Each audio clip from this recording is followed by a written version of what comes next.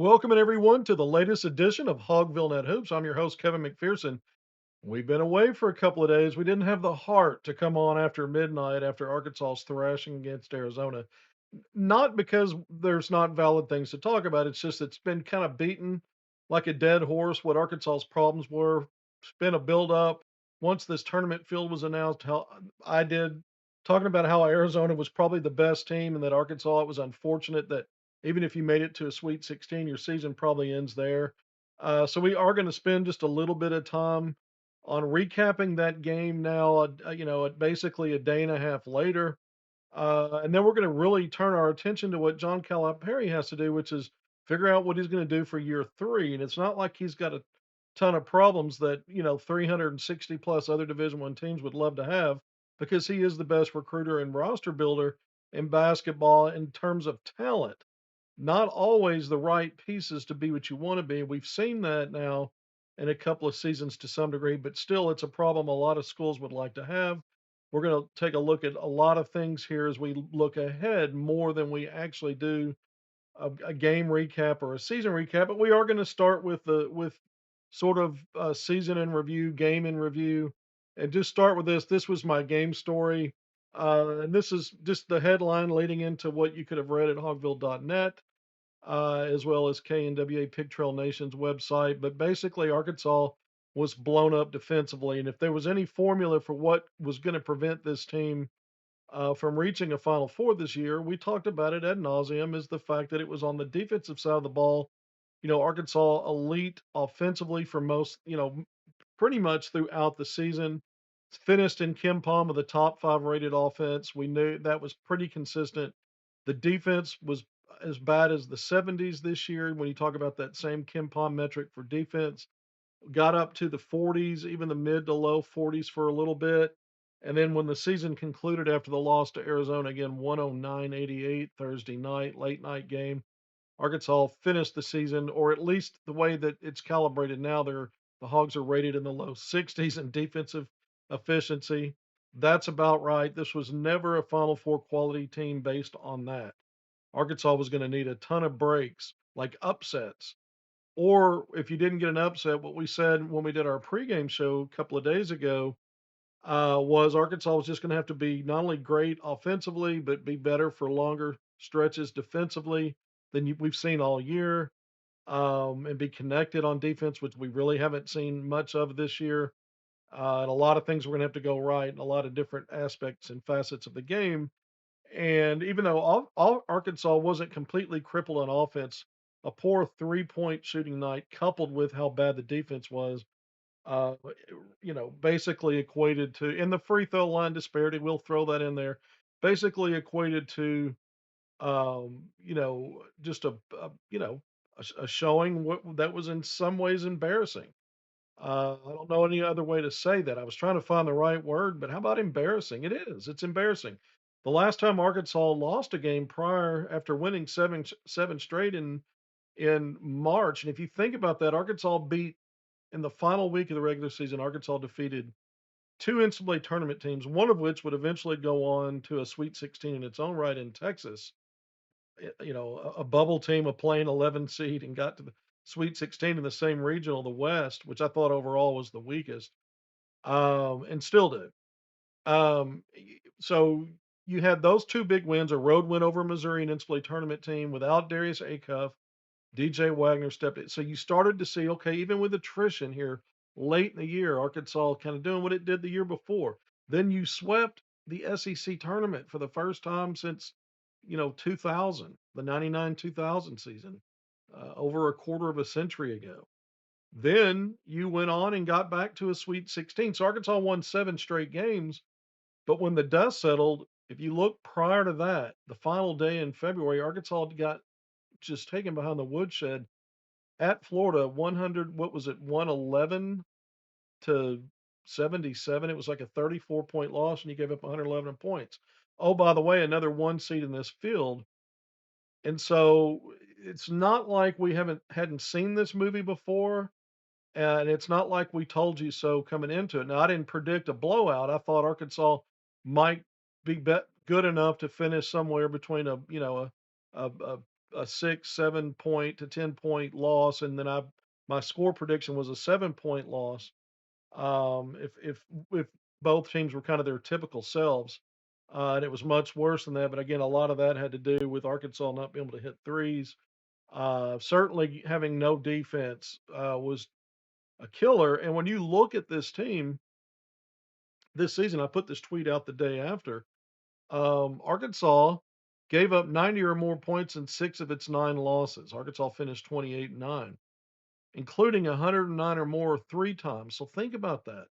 The double overtime loss to Alabama, you can say, well, that was a 50-minute game, not a 40-minute game. But when it got to overtime, both teams had scored in the 90s, and I think it was at 94. So it still fits into this 90 or more point scenario. And of course, Florida and Arizona being the other two that scored 109 or more.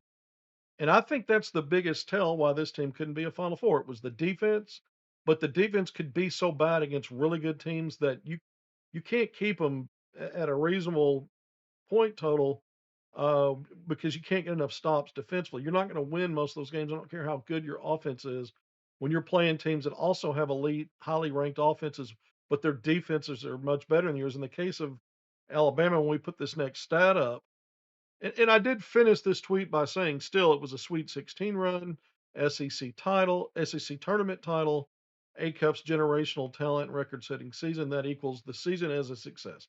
I believe that. But we're talking post mortem. And when we put this graphic up before Arkansas, after Arkansas had reached the Sweet 16 after the win over High Point, but prior to playing Arizona, we updated this. Arkansas went 12-2. When you looked at Arkansas against this NCAA tournament field, Arkansas was 12-2 versus 5 seeds or lower or worse. When you looked at 4 seeds or better, Arkansas was 0-5. You can bump that to 0-6 now with the loss to Arizona. And the previous thing I showed you and talked about it, it all goes back to me to defense. I don't. I think the talent was there. I think um, positionally that's true. I think again the offense was spectacular often, and I just think that, you could really point to one side of the ball as the undoing there. And we said for a while, Arkansas had a final weekend offense, but a first weekend of the NCAA tournament kind of defense, and so they didn't even fully meet in the middle. The offense was good enough to get Arkansas to a Sweet 16. The defense never got better in postseason. It just didn't. And the other thing, Arkansas did get some breaks. You need breaks in postseason. You can only play the teams in front of you, but Arkansas all season long basically, went undefeated against quad two, quad three, quad four. And then when it played teams you expected Arkansas to win, for the most part, Arkansas did that. But when you looked at postseason, you got double digit seeds in Oklahoma and Ole Miss in the SEC tournament before you got to the championship game, only needing 3 wins because you got the double bye as part of a top 4 seed, which says a lot about the strength of your regular season and your league play. But Arkansas got a couple of double-digit seeds to begin the NCAA tournament. The first one's expected because of how well Arkansas was seeded. The second one, if you want to look at it as a break, I thought High Point was as big a challenge, if not a bigger one, than maybe a fifth seed and 19th ranked with Wisconsin would have been, based on how up and down that team was, and didn't really have any physical matchups to where we know that's where Arkansas struggles. So you can look at it more than one way. Nonetheless, Arkansas had a successful season, um, the way that I look at it. So we go back to, and we're going to talk about that um, a little bit more here. Let's remind everybody Arkansas, the SEC tournament championship, only the second in program history. The 28 wins, only the second time that's happened since Arkansas in 31 years, since Arkansas went to its second consecutive national title game. And then you start talking about Darius Acuff, which we need to spend some time on here, don't you think? Let's just get him up here on the screen and remind everybody the program's first ever unanimous first team All American, SEC Player of the Year, Freshman of the Year, first team All SEC, and then he was the SEC tournament MVP and all-tourney team. So this is a collection of recognition that had never been done. The all-time single season leader in scoring and assists, the first player to lead the SEC in both points per game and assists per game since Pistol Pete Maravich back in 69, 70. You got to go decades, generations, more than one generation back. A lot of other stuff, the all-time leading scorer in NCAA tournament history when you look at total points and points per game average through the first weekend. Those have to go hand in hand, right? They don't have to. Someone could have scored 59 points, in which case Acuff wouldn't have been, I don't know. But either way, he continued. I mean, his 30 points per game and 7.7 assists that he averaged in 3 SEC tournament games also set all kinds of never been done before standards. So he was great in the regular season. He was great in league play. Non-conference and league play. He was great in all the postseason tournament. And we said all along, this is the greatest offensive player in Razorback history. That's my opinion. That's how I view it. He's had the greatest season ever by a Razorback. And then we always stop short of calling him the GOAT. I still say that Sidney Moncrief, with Corliss Williamson having the second best claim for that. And that's how I leave it. Arkansas was going to have to get to a Final Four. This guy was going to have to do more heavy lifting. He finished with 28 points, 3 rebounds, 3 assists. Wasn't particularly a great game for anybody for the Hogs. But if you want to look at him from a statistical standard, he kind of continued to push that pedal. I think he finished the season with 845 points. And so that's the new, again, single season mark. But I leave him short of the GOAT um, at Arkansas and historically, because I think postseason success, being better than he was on the defensive end of the court, he was a part of the problem on that end. As great as he was offensively, and certainly no one could take that away. He was so good offensively, not just in the stats, but he was clutch in tight games. When games were close, he was clutch at the end of games. Took over on the offensive end and just needed one, two, or three guys to step up on defense and make individual plays to help close out games because Arkansas certainly wasn't sound as a team and connected wise on defense. So it took some talented individuals in that end in concert with Acuff making plays on offense to close games out. This dude was spectacular. His offense was so good that even though he wasn't particularly a strong on ball or point of attack defender or recovery defender or in transition or any of these things, he was so good offensively that that was, in a sense, his defense because it forced other teams to find answers at the other end, especially at the end of tight games when the pressure's on. This guy felt none, delivered, and other teams. Again, you had a combination of individual players on Arkansas making defensive plays, but also just ratcheting up that pressure to find a way to respond to what he did offensively.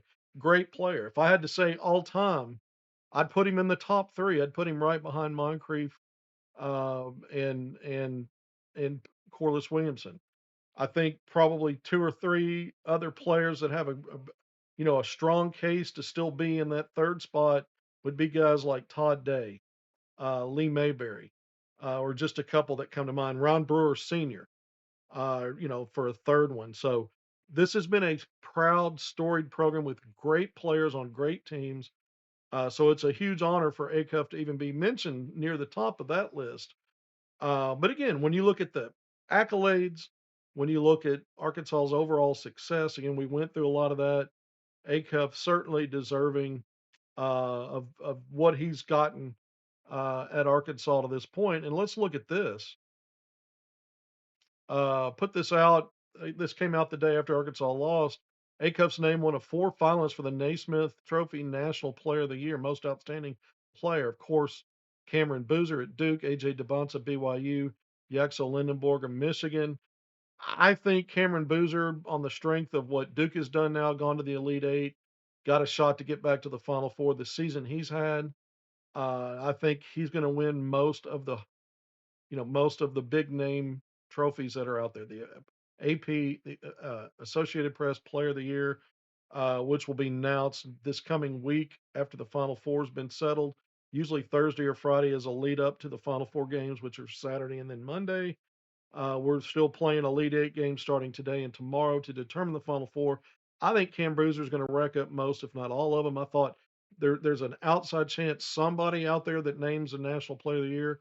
hangs it on Acuff. I just think what he really needed to give wind to that cause was for Arkansas to continue to play into the final weekend and maybe Duke get upset here in the round of six in the Sweet 16, or at minimum the Elite Eight with Acuff continuing to play and perform. I think it was going to take something like that. It's not to say that someone won't land this for him on some level, somebody for National Player of the Year. Just not as optimistic about that as I was with the possibilities of a run, even though I felt like honestly it was going to end against Arizona. If it didn't, it was going to be a large part of this guy being great on offense and getting help at that other end, but it just wasn't in the works and Arkansas got embarrassed. The season's not an embarrassment, but a couple of the, at least two of the games are complete embarrassments when you look at Florida and Arizona. And I think it informs just about anybody, some of the national pundits going into that Arizona game. I mean, Charles Barkley, who's an NBA guy, and I don't always agree with his NBA takes, but he said pregame, I don't think this is going to be close. And, what I really thought was it was going to be closer, but the second option was a blowout win for Arizona. The third option for me was Arkansas was going to find a way to win that game. So that was the order I had it, the way I looked at it coming in. All right. So what are we looking forward to? We just mentioned the season ended. It was a successful season. Most of it's positive. I'm going to go back through it. We know Sweet 16, we know SEC tournament title, only the second in program history. I said 28 wins, only the second time in the last 31 seasons. But Arkansas ended up with a winning record playing in games away from home, split evenly 5-5 on the road, so didn't even have a losing record in true road games. Ended up 6-3 in neutral site games. And you ended up playing out of your 37 games because you went 28-9. That's 37 games, one more away from home than at home. So you had 19 games away from home, combination of true road and neutral, 18 at home. Arkansas went 17-1 in home games. That included 16-1 at Bud Walton Arena. The other win counts as a home win. The annual game in Central Arkansas and North Little Rock at Simmons Bank Arena. But Arkansas 19 games away from home. So it's even more impressive that you had a winning record away from home, and that represented the majority of your gains by one.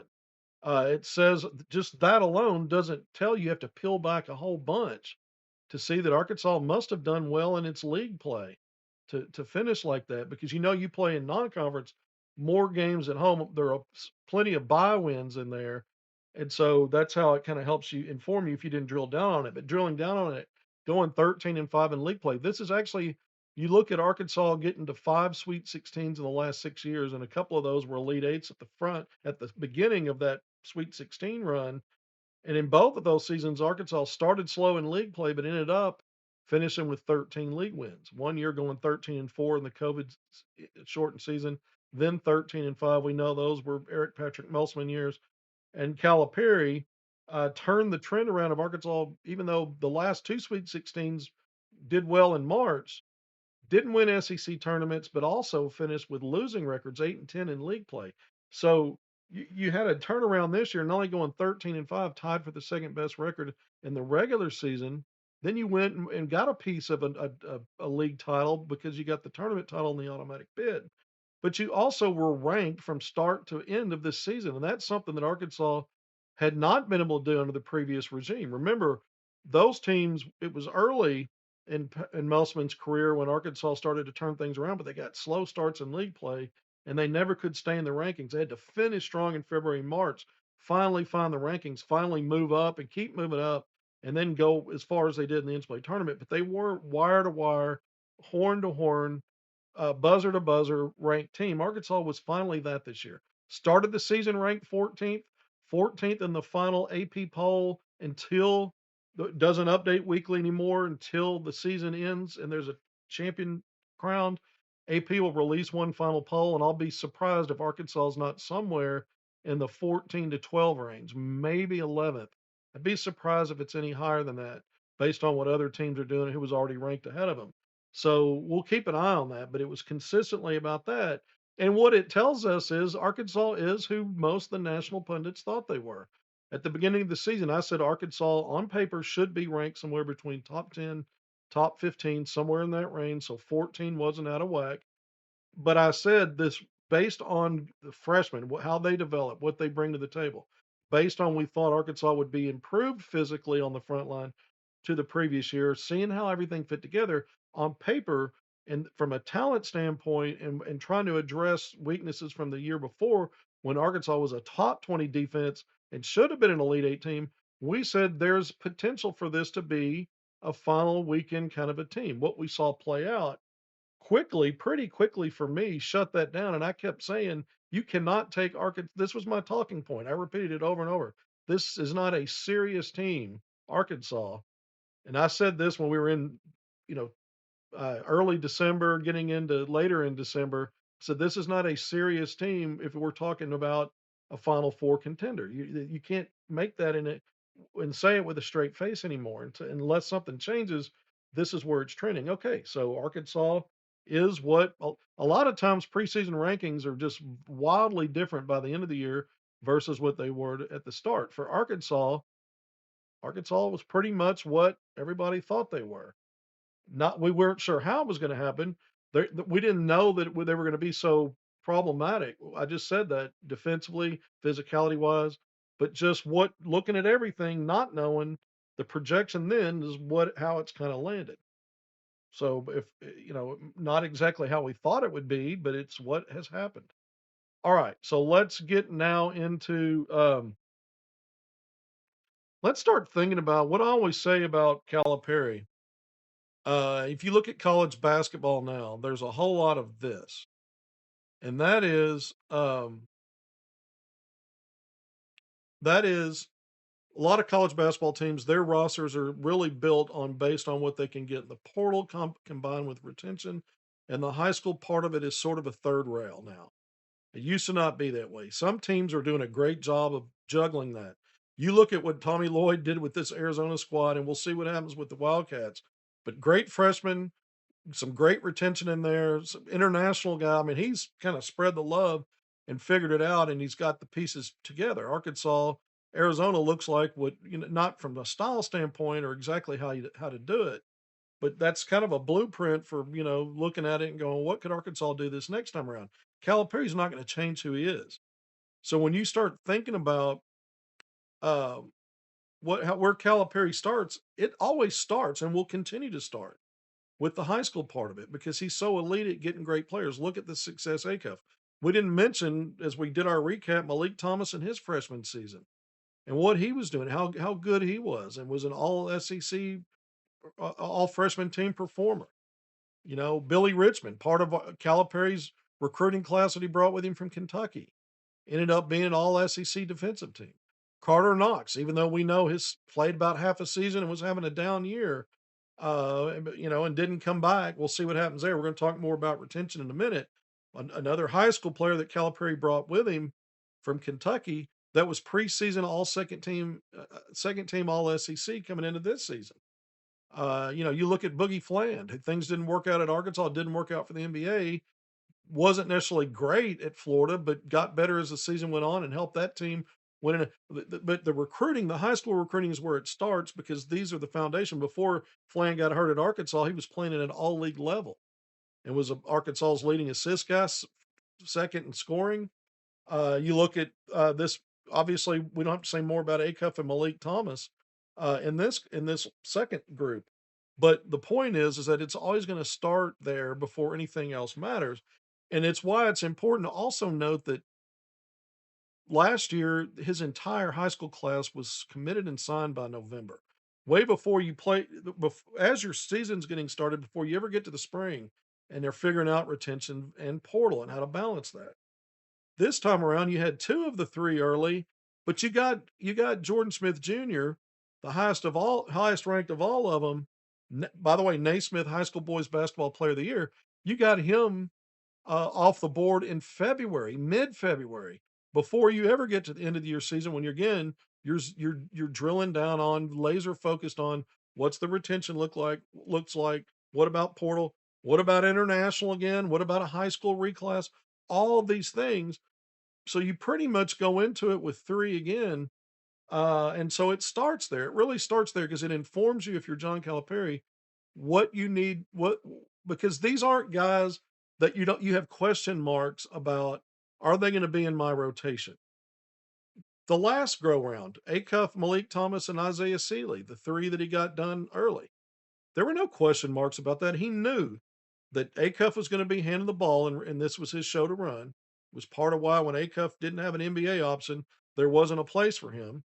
Not that you didn't have roster room, but it just wasn't a place for him because of the role he expects versus the role that Acuff was going to get. Malik Thomas, the same kind of thing. He's going to be your two. Arkansas Calipari didn't portal recruit around that to give Arkansas another two option. You had DJ Wagner being retained as a combo. He knew Seeley was going to be a developmental guy, be kind of the ninth man with a true eight rotation and stuff we talked about before it became real and present for months before the season actually started. I walked you through how I saw it playing out, and it was exactly how it played out. I kept saying I only see an eight rotation in terms of game to game roles, minutes allocations, part of what's going on. And Seeley as the ninth man with unpredictable, unknown need and usage and no specific role. Not that he was never going to play, but he would still be a pecking order ahead of guys that are kind of like when only when it's a blowout type of thing. Even if they're whether they're on technically on athletic scholarship or true walk on, we know who those guys are, and some of those guys were part of your retention. Jaden Carolette was an example. All right, so having said all that, Calipari knows these guys are going to factor in. The plan is, barring injury or something unforeseen, all three of these guys will factor into the rotation. Just like 2 cycles ago, you had three out of the high school ranks, and Boogie Flan, Carter Knox, Billy Richmond. We've said their names. They were going to factor into Arkansas. That for that season was a top 9 rotation. We brought you intel that Calipari's kicking around the idea of expanding to a 9 again, and a 10, even 10 with a guy like a Seeley, for example, being that 10th guy. So he's there in the wing. So in effect, it was like this year he was your ninth man. He might be your 10th man or somebody else based on who you keep. All right, so it starts with the high school class. All three of these are planned in. What we're going to do, we're going to go through some portal names.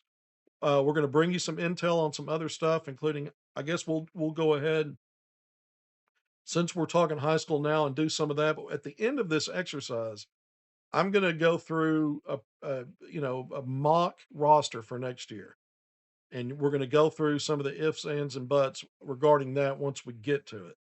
And so I think it's important to think about it. Always starts with the high school for Calipari, and the other stuff comes after. So let's look at retention. We've talked about this before.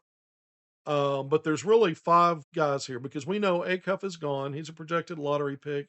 He's done all he can. He can't really help his draft stock one iota by coming back. He's got to go. He's gone. Brazil and Pringle are out of eligibility. They're gone. So that brings up question marks with 5 guys. I don't think it's a definite. I don't think you go into this retention / portal spring without questioning some things here for all 5 of these guys. Number 1 is DJ Wagner. He's played 3 seasons with Calipari. He's stuck with him. He's a legacy in Calipari's coaching tree, in Calipari's coaching career. No matter where Calipari's been, it's Wagner's dad was with him, and before that, his grandfather wasn't, but their ties to Arkansas's coaching staff there anyway. But does he stay or transfer? Acuff leaving does not slot him back into the lead role as the lead guard. That only happened because Boogie Flan 2 years ago went down. Otherwise, he was still going to be riding shotgun there. But he played the best basketball of his career once he was given the keys of the offense. Now you've got Jordan Smith Jr. coming in who's going to play a combo role. He's going to be a 1 and a 2. So there are opportunities for DJ to expand his role maybe a little more than even it was this year. The reason he played heavier minutes as the season wore on was because Arkansas's attrition affected the top rotation. And so Arkansas played small some, but he also, sliding in to give relief to Acuff and Malik Thomas at the 2. But could DJ Wagner in his combo role come back, makes good NIL money? Would he get a bump? Would he come back? Or would he be of the mindset of, man, I can go somewhere else and be the man. It's guaranteed, and I can work on my production, these other things that might help him in a showcase himself for some kind of level of pro career. Uh, and maybe he still has dreams of playing in the NBA and taking a long path. I mean, it's already a long path if he's a 4-year collegiate. I think it's less likely that we see a DJ Wagner test the NBA draft waters or just decide he's going to go play pro somewhere. I think it's more likely because he can make more money in NIL, whether that's Arkansas or somewhere else. But does he believe that if I go somewhere else, I'm going to get it showcased more, have a bigger role, and give myself a chance to up my profile to help me with a pro career? Or does he think I can still get, I can get the NIL and maybe another year at Arkansas doesn't derail me too much from what's going to continue to be a long path at the NBA, but at minimum playing professionally somewhere and continue to make money. That's for him to decide. But I've got it as a stay or transfer, not really looking at a pro thing. Billy Richmond the third. Does he stay but test draft waters? I think that's maybe a likely scenario. I don't see him as a guy that would look to transfer. I guess you can't rule anything out in this day and age, especially if there's a difference in opinion on what NIL should be for him.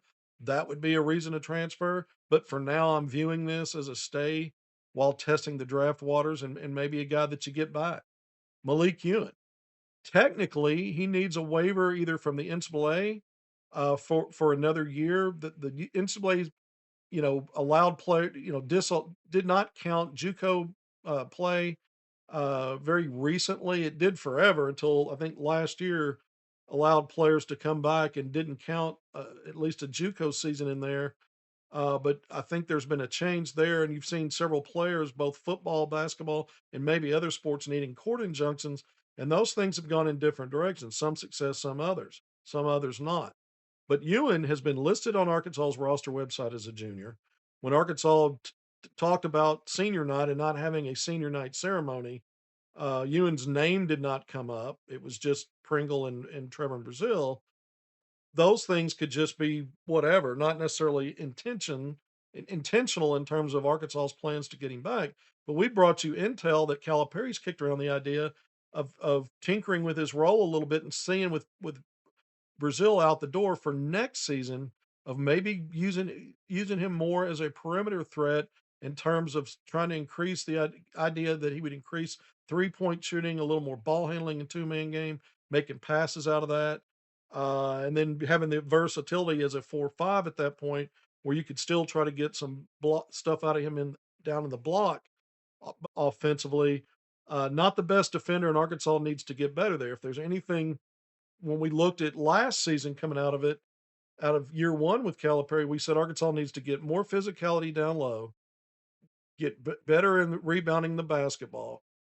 They might have to sacrifice some rim protection, which we thought once they got Pringle and Ewan would be the case anyway, which it was overall. Ewan got better as this late in the season with more minutes in terms of blocking more shots, but that was increased playing time. He didn't necessarily get better as a defender.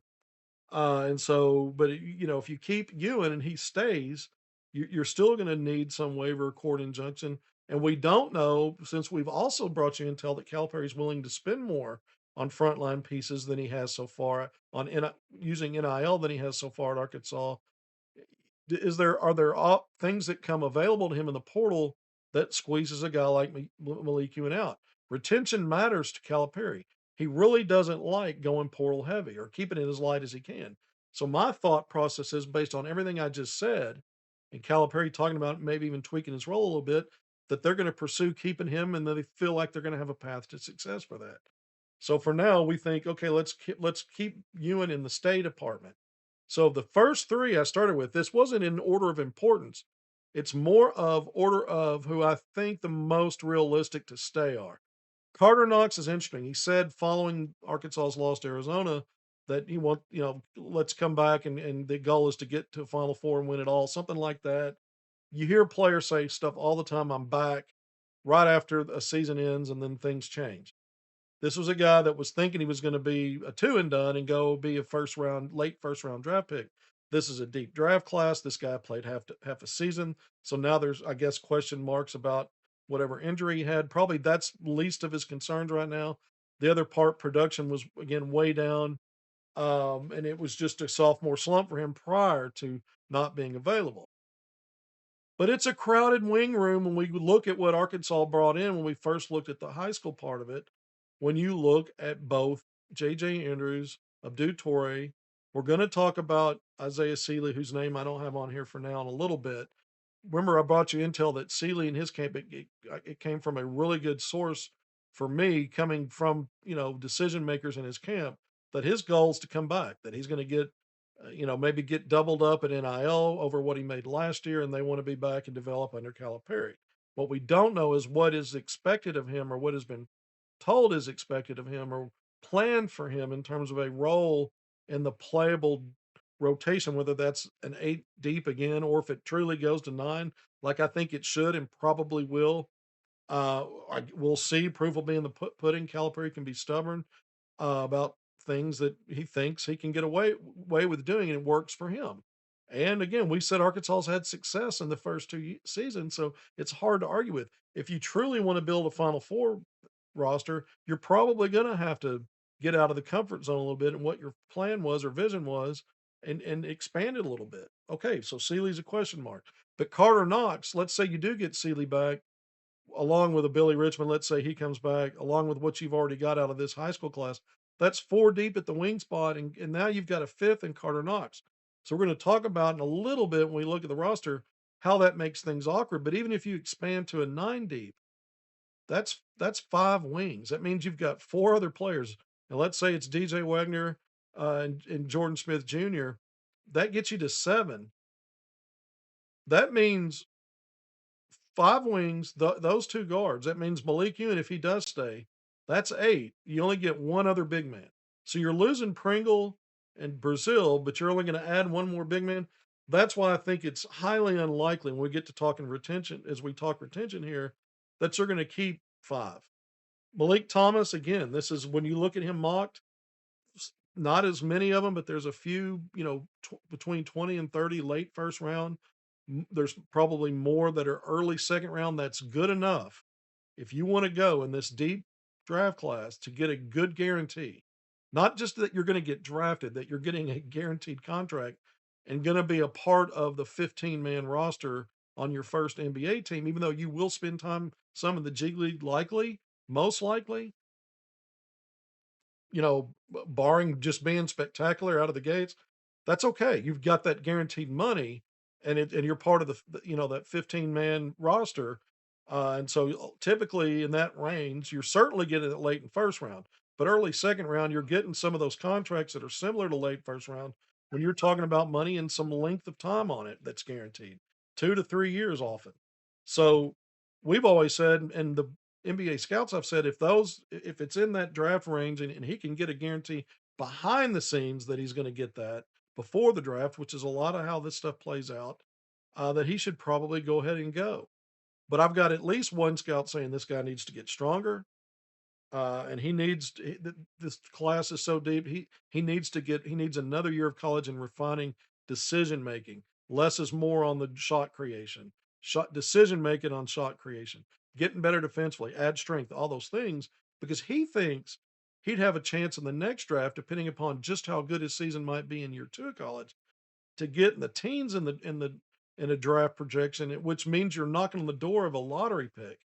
And so you could still make really good NIL with another year of college too. So that's on the table. So to me, and I put draft first because I still think that's probably where this goes. But there are things that could cause him to stay. He certainly should test the draft waters, Malik Thomas, and get the feedback. Probably get invited to the combine. That's probably going to happen for him, and see where all that lands. It gives him an opportunity to get that feedback and make a determination. For now, I think it's more likely he goes draft and stays draft, but it ain't like an 80-20. I'm more like a 69-31 on that, something like that. Not even 70-30. I'm being silly now. But either way, I think there's enough out there to wonder, could this be a reason to come back? So you could have as many as five, but because of what that looks like, it really jams up that wing spot, especially if Seeley's coming back, which I'm told again was, remember what the plan is. Now things can change and it may not be up to him, but it looks like it is. And he wants to be there. and he's wanted there. So based on all of that, it just seems hard for me to believe, based on what Arkansas needs on the front court as well, that you're getting 5 guys back. There are other parts to this. When we talked high school, we were not just talking about the 3 you've added. You could have some reclass, and you've got some candidates. Paul Osarui, a 4-5, mostly a guy, a 4, but could potentially help you as a 5 as well. Abene Akizi, both of these are top 5 rated 5 stars in the 27 class. Osarui 6'9", maybe pushing 6'10", 6'9.5", 7+ foot wingspan, 7'2", I think. You look at Akizi, a 7-footer. He is a true 5, a center. Again, both of them, uh, one out in the West, Osarui, one on the East Coast, playing with Beck and Black at Southeastern Prep in Florida, and Akizi. But both of those guys are thought to be potentials to reclass, and Arkansas's heavy in the mix with both.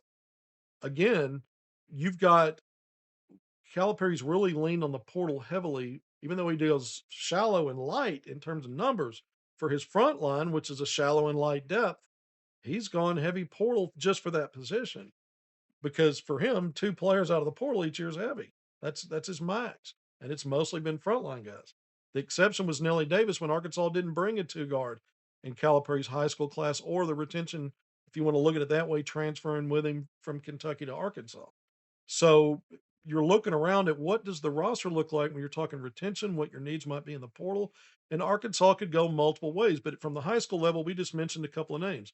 Here's some intel for you on a name that's been swirling lately, some old information, and which is weird to me. But then you've got some national recruiting analysts, at least one, that's saying there may be some teeth to this. Tyron Stokes, the number one overall player in that 27 class, Arkansas was recruiting him and prioritizing once upon a time, until the levels of his NIL demands just out of the gates were at a point where Arkansas was like, no thanks. And there's some talk now that because of some uncertainty with the teams thought to be at the top, based on multiple factors, the strength of those programs, question marks. For example, Bill Self coming back to Kansas, Kentucky's issues. Kentucky still doesn't have a high level guy. Calipari directly talked about that in his Arizona post game presser, kind of pointing calling out Pope in that group without saying it just quite that way. But a lot of things with Tyron Stokes, and so from my vantage point, and this is the intel, because I've checked with one of my sources that's a little plugged in with Tyron Stokes. He doesn't think there's anything significant there. Here's what but he does. He did say that he talked to one of his confidants who said that Arkansas might be kicking the tires there, because when he heard the same thing, he checked on it before I had a chance to ask him. So he's telling me I don't think there's a whole lot there. This is an NBA level guy with familiar. So it's one of my NBA sources who has familiarity with what Stokes and his camp are thinking, and he's saying he doesn't think there's a whole lot there, other than he has talked to another person, a confidant, also plugged in, who says, well, Arkansas may be kicking the tires there. But I honestly don't think there's anything to it either. I think we'll see. I mean, things change and can happen rapidly in recruiting. But I think for a myriad of reasons, it's not like Calipari to drop the kind of bag that a Stokes is commanding.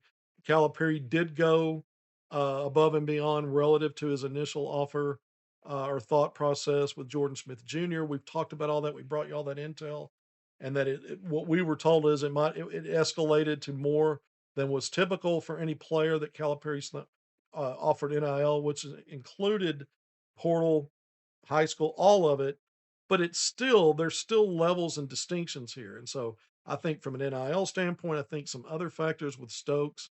And then we just talked about how, I mean, could be a 6, 7 point forward, but it really shifts your plans, because it's just another body that's not a true 1, not really a 2, and not really a frontline guy. It just really jams you up with similar sized dudes.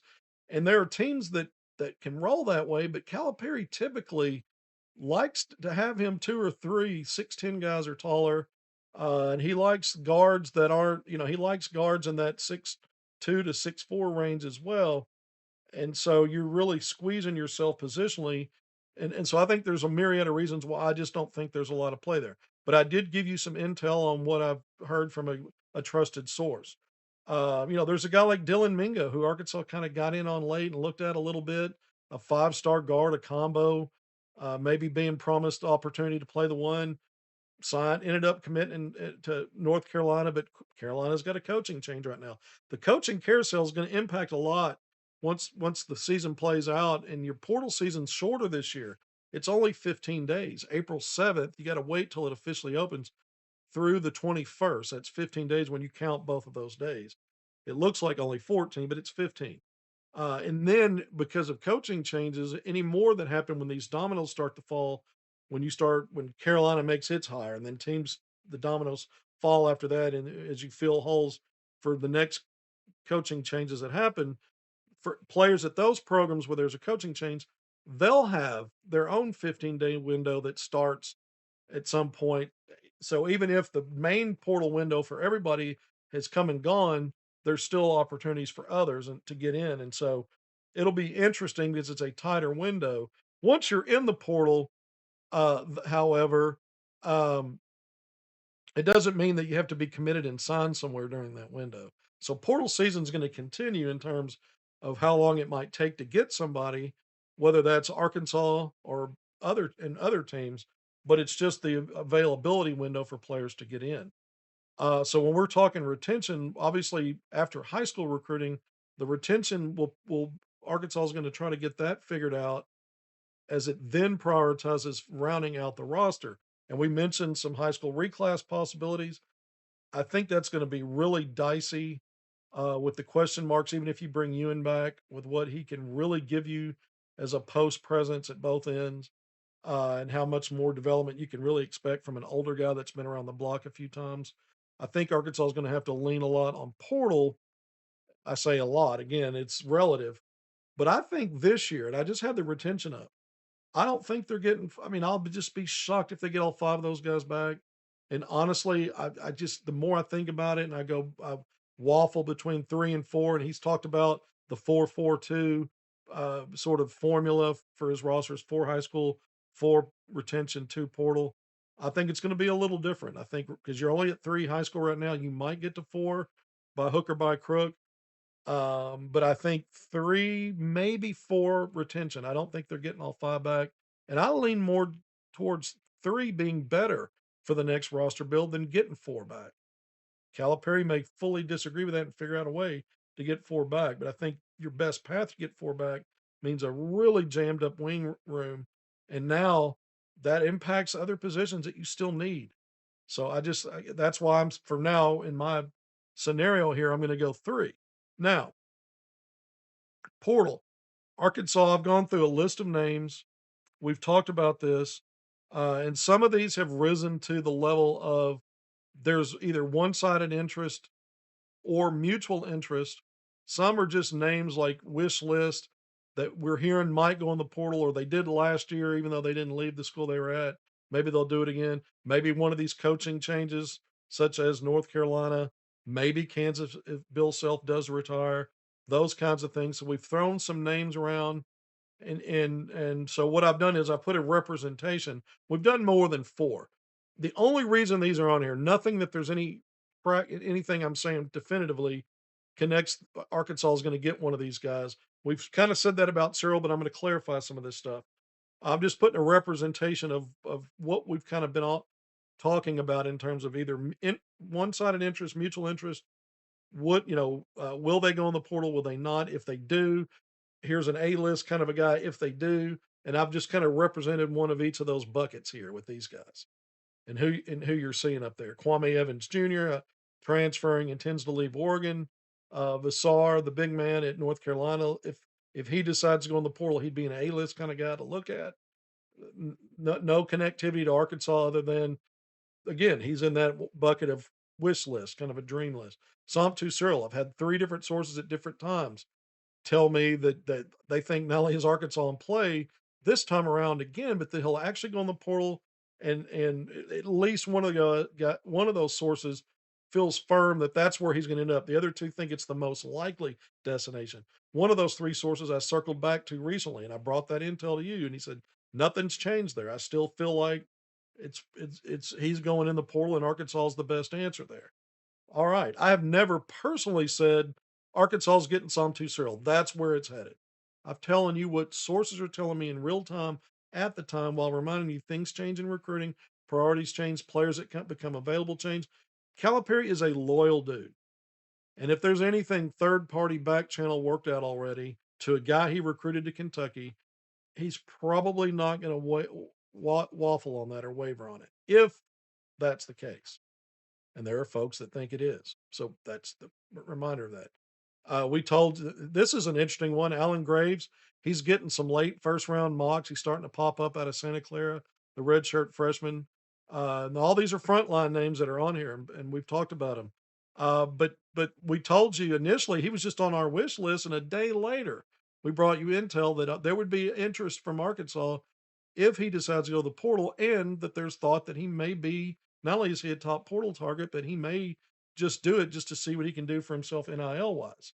He may do that and test the NBA draft waters. And, a guy like Yaxel Lindenborg is a great comparison to a guy that had late first round mocks. Alex Condon at Florida got players that came back to school. So just kind of, again, a little bit of different things here to talk about. Um, but in addition to these guys, Xavier Edmonds, who we recently brought up and said there's mutual interest if he goes in the portal at TCU. Um, um, we've brought up well, I had his name written down and now I can't find it, or I thought I'd read. Oh, Donnie Freeman, there it is. The 6'9" forward that there's mutual interest there out of the DC area, out of Syracuse. And you're looking at these guys, they're not all the same. Somtu Cyril would be a 5. A guy like Vassar at North Carolina or Flory Badunga out of Kansas, who we've talked about on the wish list if Self retires, and he goes back in the portal like he did a year ago, even though Self wasn't retiring. So we've mentioned some of these names, but those guys are 5s. They're not versatile 4-5s. If you want to slide a guy in that can be a 4-5 that like you're losing in Brazil, that's where names like, Kwame Evans come into play. The Alan Graves kid. I think both of those guys could be a 4-5 versatile 4-5 help for you.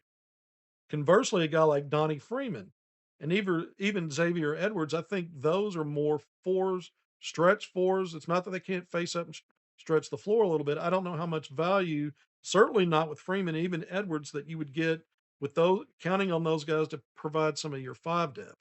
Not that you couldn't have a small ball lineup against certain matchups and deal with foul trouble or an injury and do that, but less versatile in terms of going into it saying, okay, these make sense as much sense as 4-5s as guys like Kwame Evans Jr.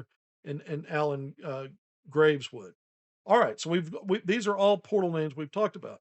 We've also talked portal guards that could potentially go in the portal that we've heard there would be mutual interest in with Arkansas. Adrian Woolley, the Tuscaloosa, Alabama native, played a year at Kennesaw State. Part of Louisville's successful team this year. Spent a lot of, started about half the games with Mikal Brown Jr. out, a combo guard, 6'4". We'll see if Arkansas has a need out of the portal for a guard spot. We're going to talk about that here in a little bit. The other part, and when we start talking backcourt out of portal potential would be a Darren Harris at Duke, who's played 2 years there, same high school as Jordan Smith Jr., 6'5", kind of a 2-3. He can maybe be a 2. The idea is he's a shooter, a 33% shooter in limited action with Duke. Called into a little more action in a few games. Late in the year with Caleb Foster out, he returned, but not a whole lot. Just hasn't been really a part of the rotation at Duke. And you could feel multiple ways about Arkansas looking at a player like him, or even Woolley out of Louisville. But those are just a couple of names, and there'll be more when we talk backcourt and portal. I didn't put their pictures up here. Then we go international, and the one name that we always talk about is Mika Miernan. Of course, it's front line again. And then and this would be another 4-5 answer to replace Brazil in a sense. So we don't leave that out. We brought you intel recently that there's been a little scuttlebutt again that he's, the idea that he really, really wants that draft path first and foremost, but we've said that all along. So it wasn't anything new. It was just the fact that as time matriculates, intel's valuable even if it's what you heard 2 months ago because it hadn't changed. That makes it valuable because things change in recruiting all the time. That's why, you say nothing to see here. Well, that's sometimes nothing to see here matters as much as the other stuff because you feel like you kind of know where things are in reality and in real time. As we get closer again to decisions needing to be made, that's why it becomes even more important at that time. So when we start talking roster, this is not what I think is necessarily what will happen. This is just one look at what could happen, and maybe I lean to this because I did say Ewan, Richmond, and Wagner seem out of the 5 retention possibilities for now is the most likely. This could change any moment based on what these players decide they want to do. But for now, so we know who the 3 high school guys are: Jordan Smith Jr., Abdu Torre, and JJ Andrews. I've already said they factor into your rotation. We've already said that Calipari's kicking around the idea that he's going to expand back to a 9 like he had 2 years ago, as opposed to this past season where he got it down to a true 8. All right. So let's talk about that for a little bit. Jordan Smith Jr., combo guard, one and two. The young man's been on the record telling me that's Calipari's vision. We put that interview out. If you haven't seen it, go check it out on our HogvilleNET Hoops YouTube channel. It's archived there.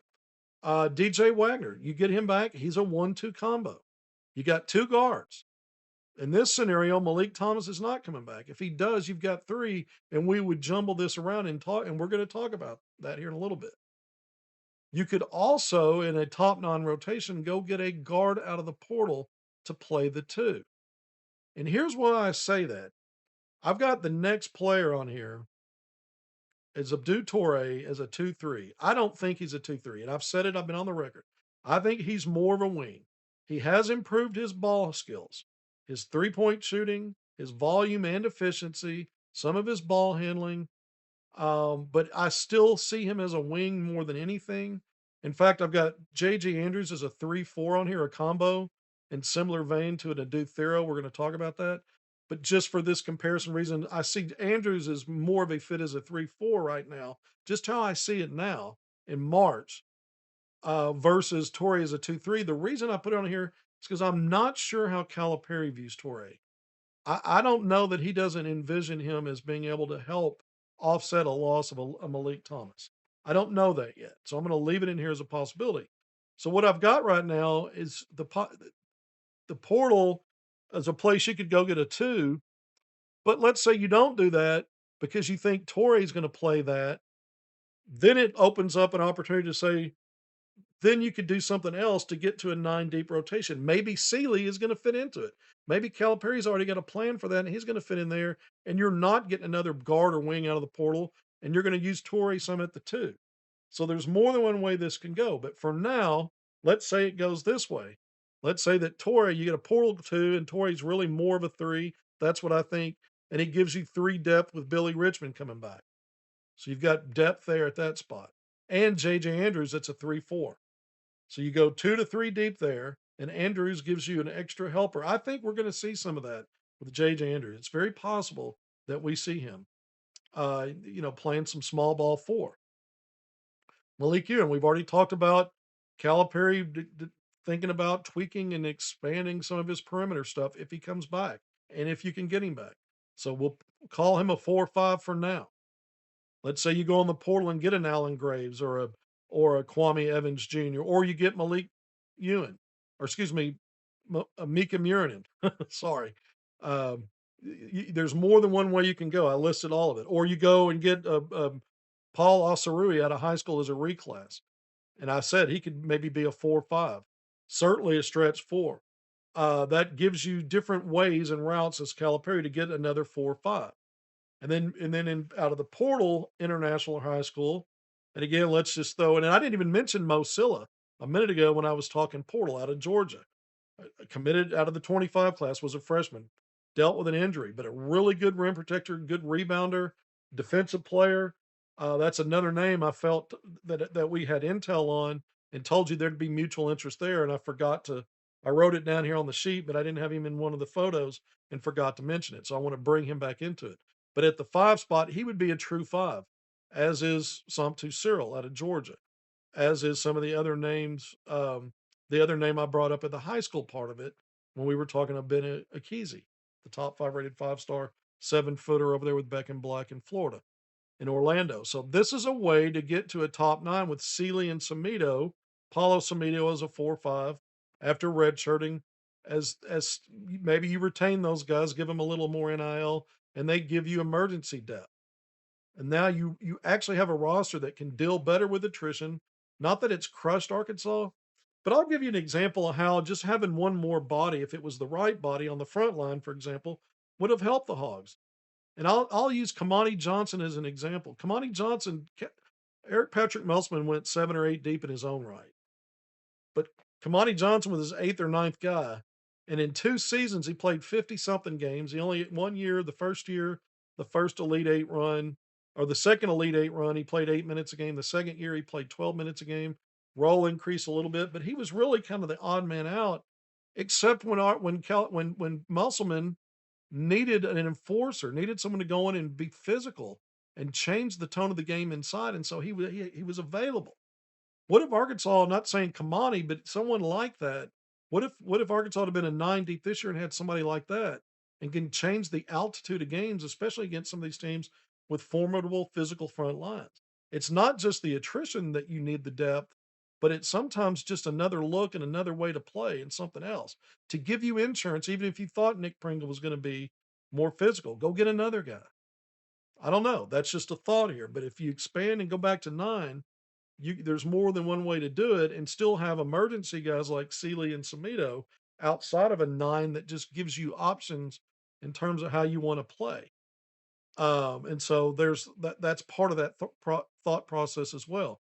Well, we've done it again. We're over an hour, but there's more than one way to look at this. Let's say you don't keep DJ, then you're definitely going to have to go get a guard out of the portal, unless you find a way to get a reclass from a high level 5 star guy that's also a backcourt player, which is always possible, or international. Arkansas, continues to recruit internationally.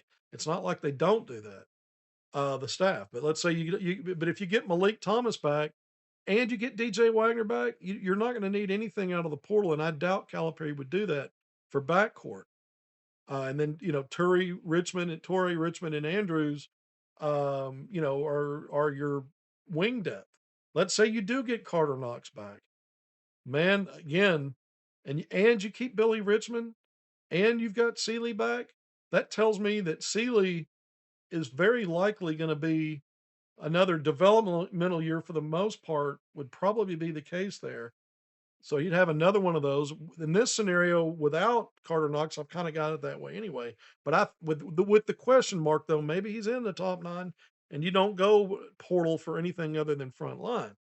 But if you get Carter Knox back in addition to Billy Richmond and DJ Wagner, then it certainly looks to me like Sealy would be sort of the back in that developmental role, because you've got JJ Andrews, as well as Abdu Torre, who again I still lean more toward this guy's a 3. Does Calipari have a vision and a path for him as a 2, part time at or really with Jordan Smith Jr. and DJ Wagner's improved his 3-point shooting from 30% career the first 2 years to 34-35% this year. His ball handling and ball security got better late in the year. When you looked at postseason, he was between 3 and 4 to 1 to 3 or 4 assists to 1 turnover ratio. So those things he improved on. If he could continue to build on that, but does anybody envision him as a high level 2, and that's his main role? I don't. I see him and Jordan Smith Jr. both alternating there, but Arkansas needing another, not another combo guard, but I would say a 2, and maybe someone that could bring some perimeter shooting. Torrey's gotten better there. I don't know if you can count on that. He's certainly not. He's more coming out of high school. If you want to talk about 2 or 3, let's just make Razorback comparisons for now. Abdu Torrey is more Billy Richmond III, in my opinion, than he is Malik Thomas, and the numbers would bear that out when you look at it from that standpoint. And I think the eye test too. So that's why I've thrown in portal beyond just front line. And so as this settles at the end of the day, Arkansas is either going to add a 4th high school player that's high level, that's reclassed or something else wiggled out of whatever commitment they've made and they're going to end up in the factoring in the top nine, or Arkansas is going to go beyond a two deep in portal recruiting this time around, and it's going to be three players, two front line, one in the backcourt, or there'll be some international flavor in here, like a Mika Murnin. That means you could still get only two out of the portal, but it'd be one on the front line and one in the backcourt. There's more than one way this could obviously play out. We went through a lot of that, but this is kind of my vision. Now, based on some of the names we talked about, Somtu Cyril, let's say that he is going to head to Arkansas. Let's say that's what it's going to be, just for argument's sake. He's not the most physical guy. He is an elite rim protector. The dude, eats up a lot of shots and alters a lot of shots and intimidates, but he's not a strong rebounder. He's not really an offensive threat either. I mean, his points come on lob dunks and putbacks, and shoot, and when he gets fouled, going and making one out of every two free throw attempts or something like that. He's not a good free throw shooter. So you're not necessarily getting an enforcer and a player that so far at 6'10", 6'11", has learned how to use his frame to eat up space, move bodies around in that sense. So that hasn't happened yet. Some of these other guys, like a Mo Silla, I think would be an upgrade in some ways on Arkansas's front line, just in terms of rebounding and rim protection and being a solid defender. But again, he's you know, there are some true A-list kind of guys that would be out there, and if Calipari's willing to spend more, we just have to see who goes in the portal and what that would look like as well. So just based on looking at it from here, there's enough question marks, not really knowing which direction the portal is going to go once it becomes open once it comes open in a couple of weeks, or just over a week, less than 2 weeks. That there is a way for Arkansas to gain physicality. You thought it was going to happen after last year's front line. I don't know that it improved really at all on that front line. The other thing is, I think you have to address again somewhere shooting again. We thought that had questions about that last time. It was not a problem. Arkansas ended up being really good there. But again, Acuff, your best 3-point shooter, Malik Thomas, one of your best 3-point shooters, Trevor Brazil, who could be good. Your only frontline 3-point shooter, really. All of those guys are gone. Billy Richmond III, coming back, still not a reliable 3-point shooter. We don't know how much of an uptick would be there. Carter Knox, if he comes back, solid percentage wise, but man, there's just a lot of question marks about how he would fit and roll the next time around. Might be a good thing. We're not saying it wouldn't be. Just need to learn more about what the plans are on the retention and what Calipari's plans are moving forward. All right, everybody, I've pretty much run through it today. It's probably clear as mud. Want to thank you for joining me once again on HogvilleNET Hoops. I was your host, Kevin McPherson. If you haven't done it already, please hit subscribe, like, and share. That helps us out. Hype up the content if you like it. Do me a favor as well and turn the notifications on, because, man, if you think we're talking roster retention and high school possibilities for reclasses and portal and international, all that stuff, it's about to pick up more and more as the intel rolls in every day, because Arkansas doesn't have a season anymore.